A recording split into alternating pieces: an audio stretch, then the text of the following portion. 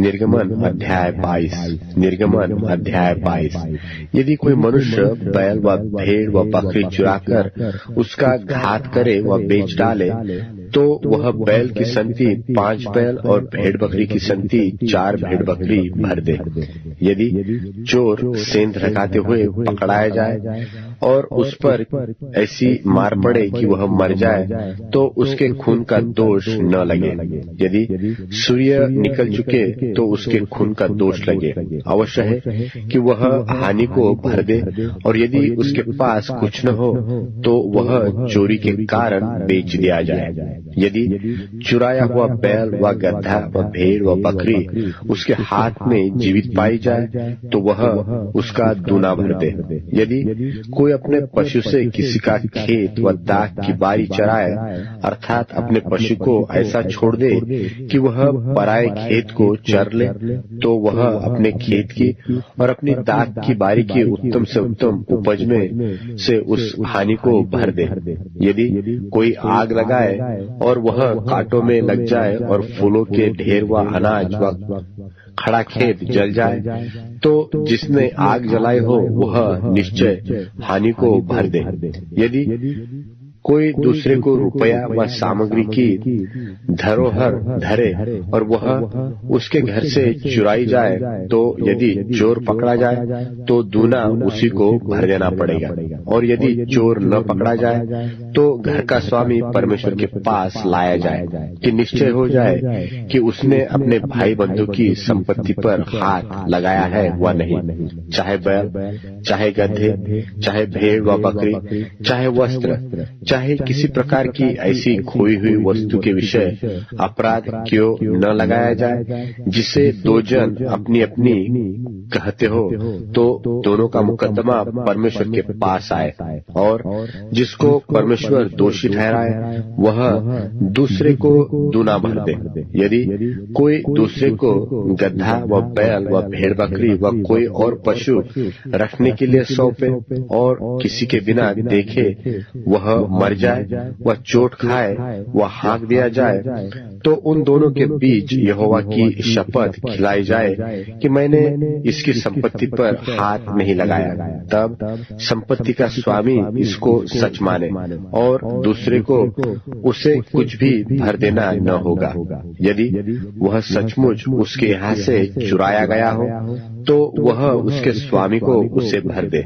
और यदि वह फाड़ डाला गया हो, तो वह फाड़े हुए को प्रमाण के लिए ले आए, तब उसे उसको भी भर देना न पड़ेगा।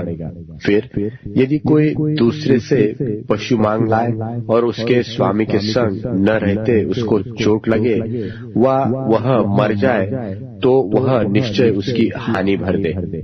यदि उसका स्वामी संग हो, तो दूसरे को उसकी हानि भरना न पड़े। और यदि वह भाड़े का हो, तो उसकी हानि उसके भाड़े में आ गई।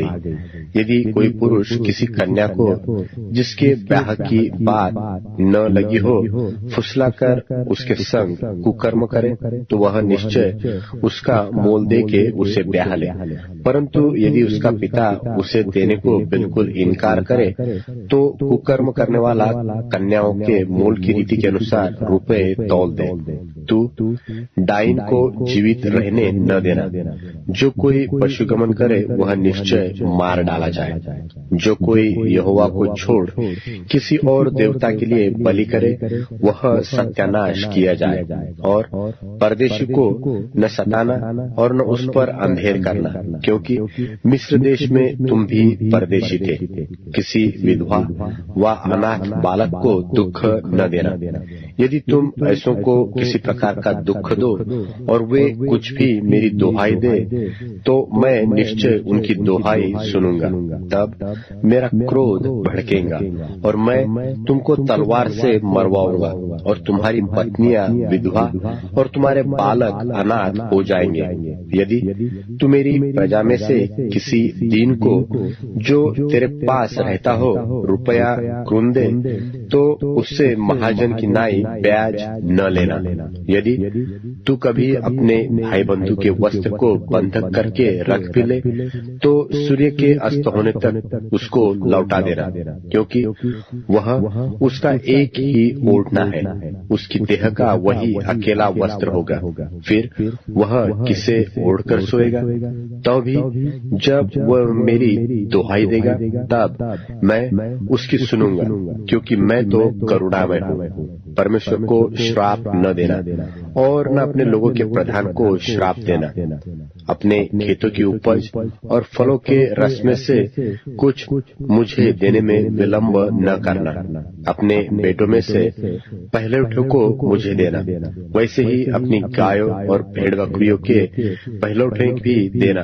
7 दिन तक तो बच्चा अपनी माता के संग रहे और 8वें दिन तू उसे मुझको दे देना। और तुम मेरे लिए पवित्र मनुष्य बनना। इस कारण जो पशु मैदान में फाड़ा हुआ पड़ा मिले उसका मांस न खाना, उसको कुत्ते के आगे फेंक देना।